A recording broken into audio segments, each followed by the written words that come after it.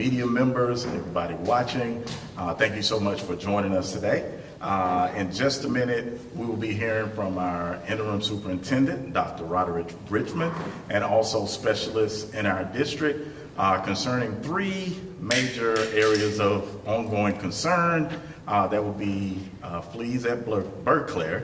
That would also be lead testing and also several HVAC issues. So that's how the program is going to flow. But we will let you know, media again, that any questions outside of those three areas, we will have to answer at a later time. At this time, it is my pleasure to introduce our interim superintendent, Dr. Roderick Richmond. Good afternoon. Good afternoon. All right, I'm Dr. Roderick Richmond, and first of all, I want to thank you all for coming out in such short notice.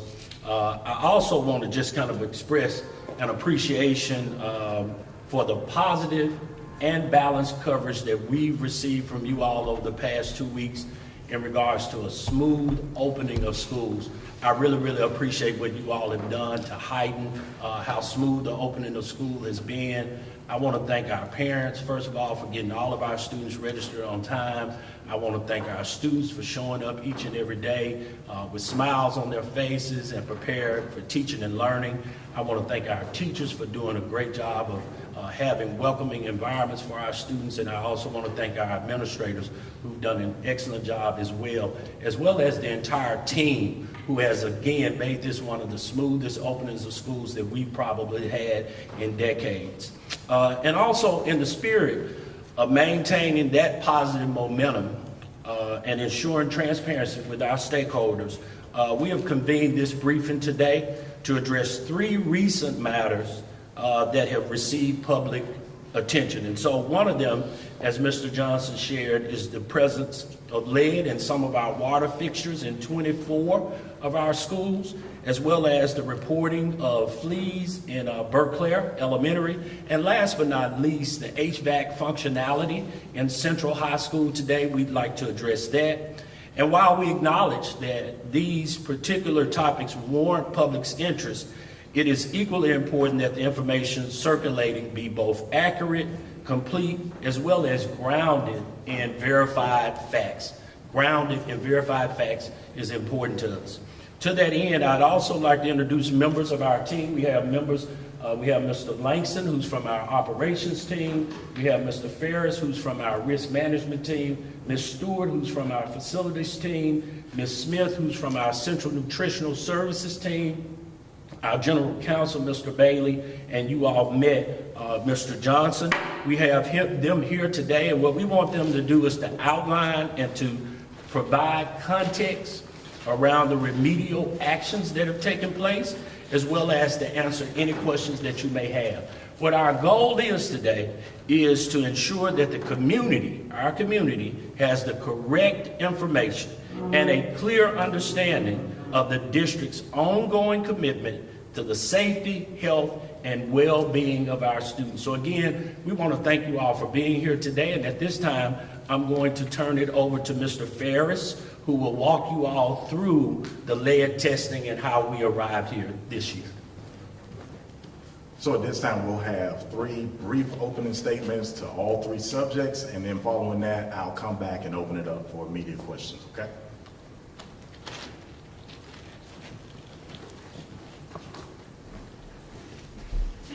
So the risk management team were responsible for collecting the samples throughout the schools. We did so, and we received the results on July 27th. Within 24 hours, we did notify all departments and regulatory agencies on the 28th.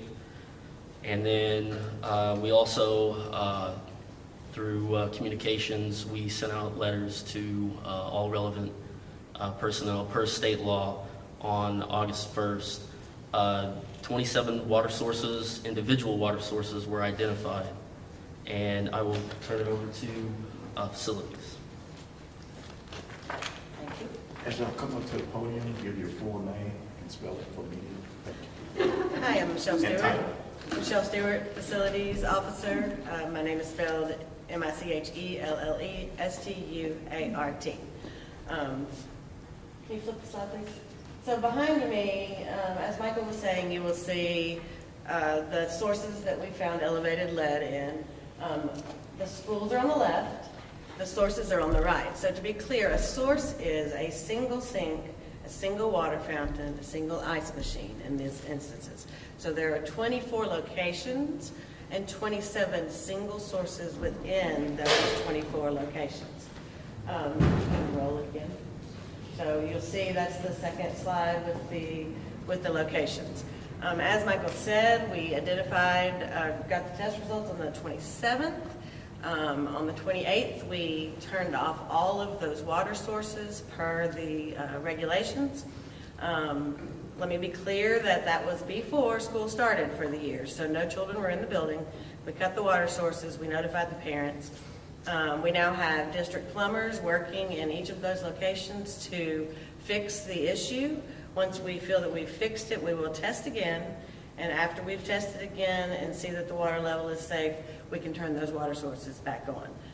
I understand that the health department might be checking or testing some of our kids for lead, and we absolutely welcome that. We think that's great, but I want to be clear again that all of this happened before school even started, so it's doubtful that these lead sources would be part of that. We can switch to the fleas at Berkeley now. So behind me you see the timeline. We did treat twice last week when we got single reports. Then you'll see on the weekend we treated more. On Monday it became apparent that we needed a more intensive treatment. So what we did, we flipped a slide, please.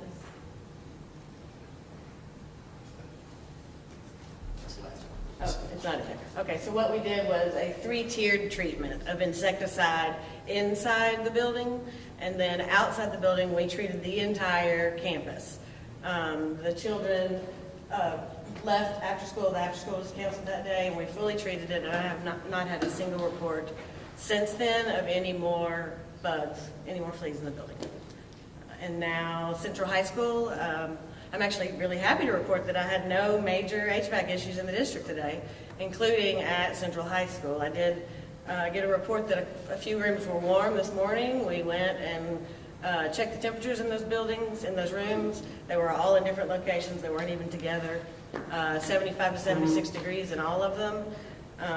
So there was not a true HVAC issue there today. I do understand that there was a health issue with a student.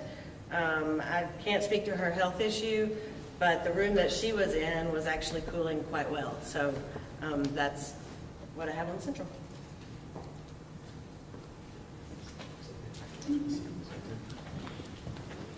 All right, and that includes our brief opening statements. We will open up for media at this time for questions. I'm Martin Scott with Fox 13. Michelle Stewart, you're the facilities manager? I am facilities officer. Facilities officer. So I spoke with that girl's mother literally as she was coming out of the ER. She says that the doctors told her that her daughter suffered heat exhaustion. She said when she walked into the building herself, she didn't know what the temperature was, but she thought it was warm. What was the process to check HVAC systems prior, not just at Central, but all buildings, before the doors opened for the first day of school? So we have a building engineer in every one of our buildings, and before school starts, they walk the entire building and report any issues that may be going on at the building, HVAC or any other issues. And that happened this morning. There was no report. A little bit later in the morning, those 4 rooms that I told you about were reported. But again, they were 75 to 76 degrees. Reagan Copeland with Channel 3. We've received reports that there were fleas that were found at another building on the campus. Is that true?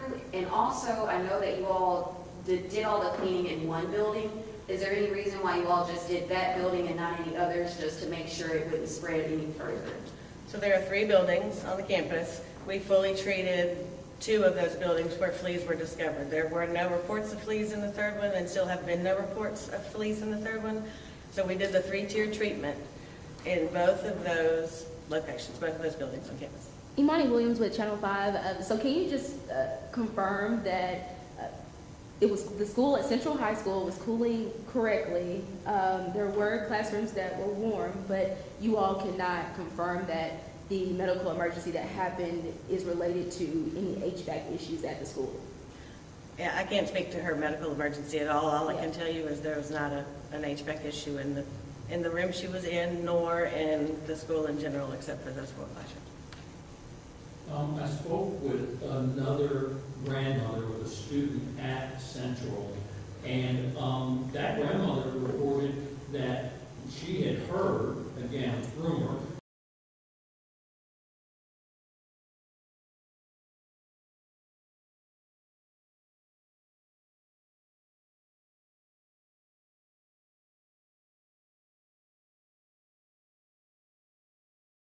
that they found in those rooms. The 4 rooms that I mentioned? Yes. Yes, so I told you 75 to 76 degrees in those 4 rooms. There are a lot of classrooms at Central High School, and the rest of the classrooms were all cooling at our set point. Our set points are between 68 and 72 degrees. Everything else was at set point. Have you had any HVAC issues other than like today, since the beginning of the school year, throughout the system, throughout the school system? I know that you all had 10 new systems that you put throughout the school system. So has there been any other HVAC issues? Sure. So every day there can be classrooms at any number of schools that are reported. It's really hot outside. We did have a little bit of dip in temperatures, but they're climbing right now. They're climbing all the way through next Wednesday. So, these systems are old. Everybody knows that's not news. The systems are old in our buildings, and they're working as hard as they can.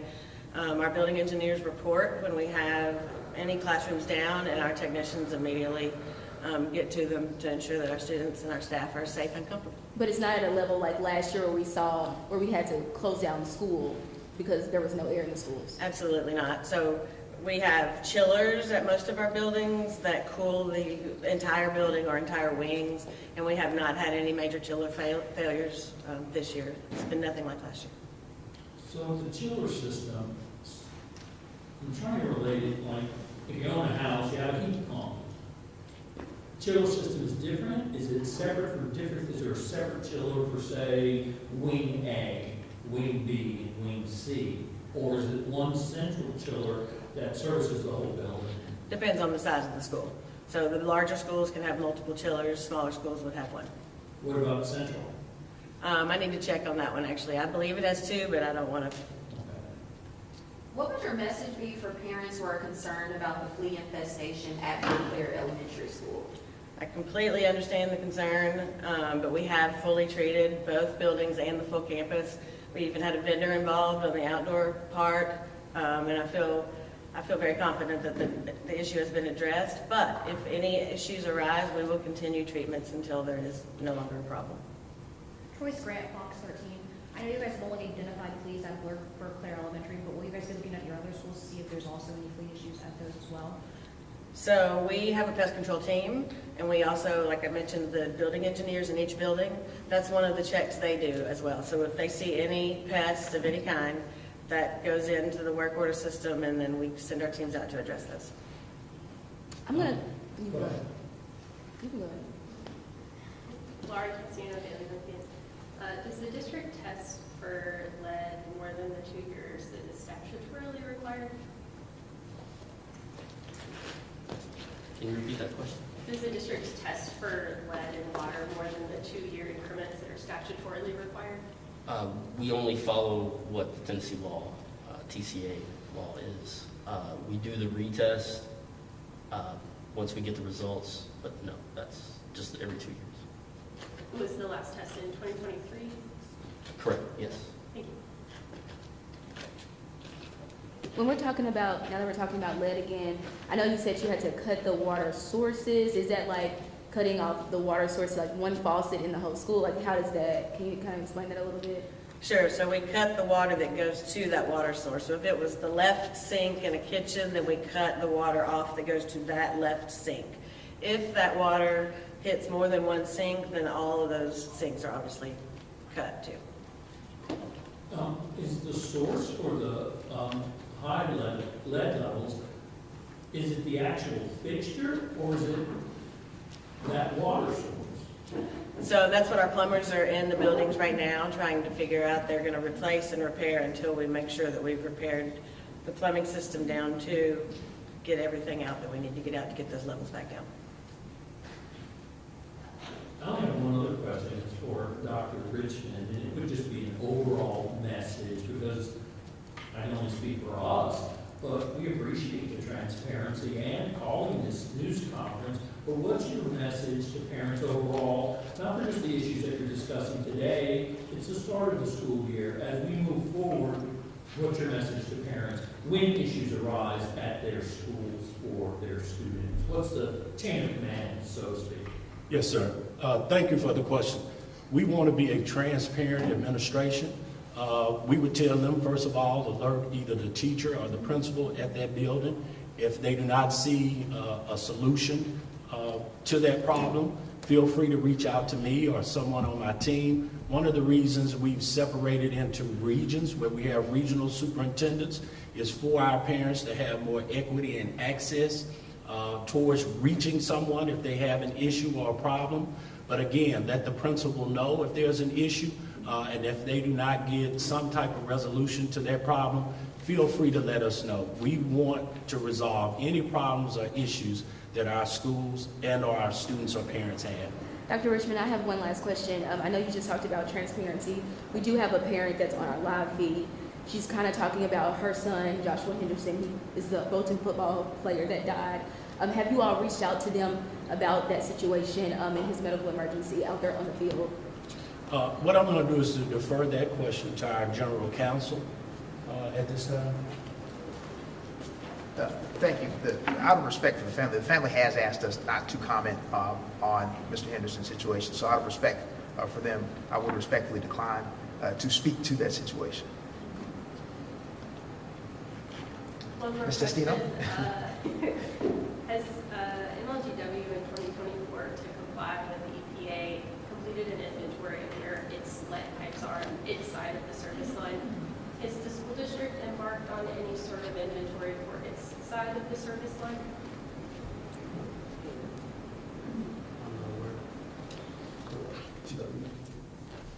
As far as I'm aware, no, we have not. Is that something you would be open to doing? I would absolutely be open to investigating what that entails. Thank you. Yeah. Bree Hatch, Chalkbeat, Tennessee. You mentioned that the last test for lead was in 2023. Have you been able to turn any of those water sources back on, or are those schools still using like bottled water options?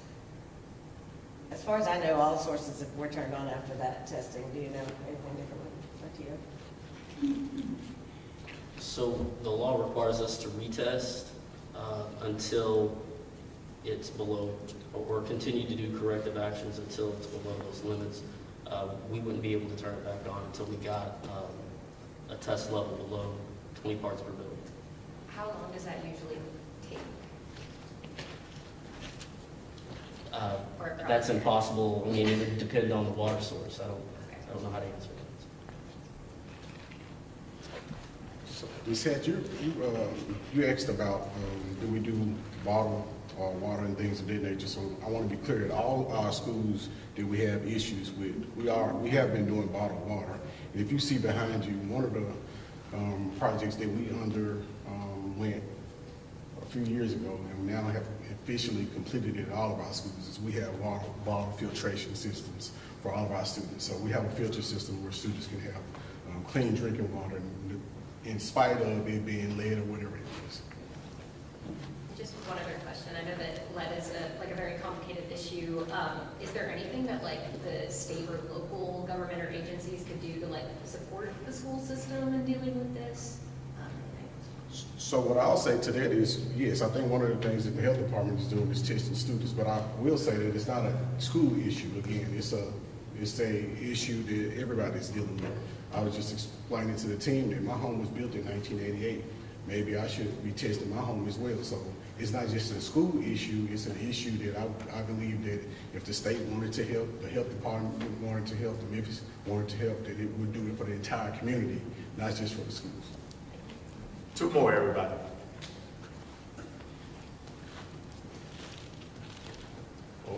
Zero more. We're good with that too. I mean, if I had, it's not necessarily on topic, so I don't want to ask. Okay, well, Anybody on top? Okay, question. So Yes. the average age of the schools in Memphis, Shelby County are 64 years old. So would these issues have to arise, like bring up anything else, maybe when it comes to renovations, improvements, stuff like that, as you guys handle these, if that makes sense?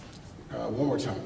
So the average school in Memphis, Shelby County is 64? Yeah, so that's 24 years past lifespan. So with these issues that are arising, will this like prompt anything new when it comes to renovation, stuff like that, for the buildings itself, maybe to prevent these problems from the future? I think I understand your question. So one of the things that we did on Tuesday, we reconvened a facilities ad hoc committee with a lot of prominent people that's led by some of our board members. And one of the things that we're looking at is that the aging infrastructure of our buildings.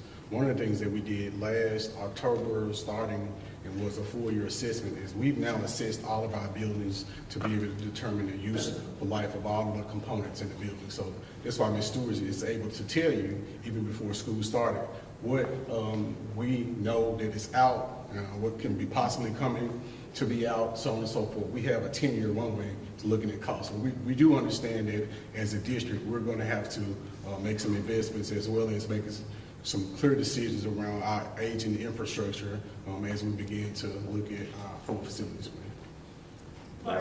Laura Testino. Laura? Speaking from the historical results of lead results, can you talk to us about what your investigations have found typically for the source in the past? If it was a district water line, if it was the specific element itself, if it was an internal? I mean, it's per source, so it's impossible. Let me do that. One thing that I would like, when we look at the list, it may be safe to assume that over the summer, that being that those particular fixtures were not in use, that lead may have sedimented in those fixtures. Again, they were in fixtures in the cafeteria. Those things were out of use. You can see the stadium. There was a stadium that would have been out of use. So again, it may, again, I don't want to draw a conclusion, but you could just think in terms of if those water sources are not being used. But again, in being in compliance with TCA, we tested them. All of the fixtures were shut off. We mailed out the letters on August 1. No students were in those schools.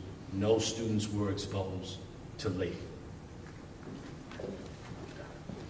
I just wanted to ask. Right. Valued media partners, we want to thank you all again for taking the time to join us today. We hope that you all got some valuable information that you all can get out to our community, because we're all about transparency. We want to get that information to them. If you all would like a copy of the presentation, I can get those available by email. Other than that, thank you so much. This concludes our press conference.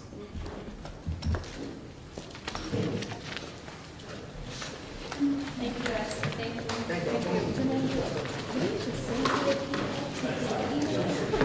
Yeah, said it. I just thought about it as I was saying it.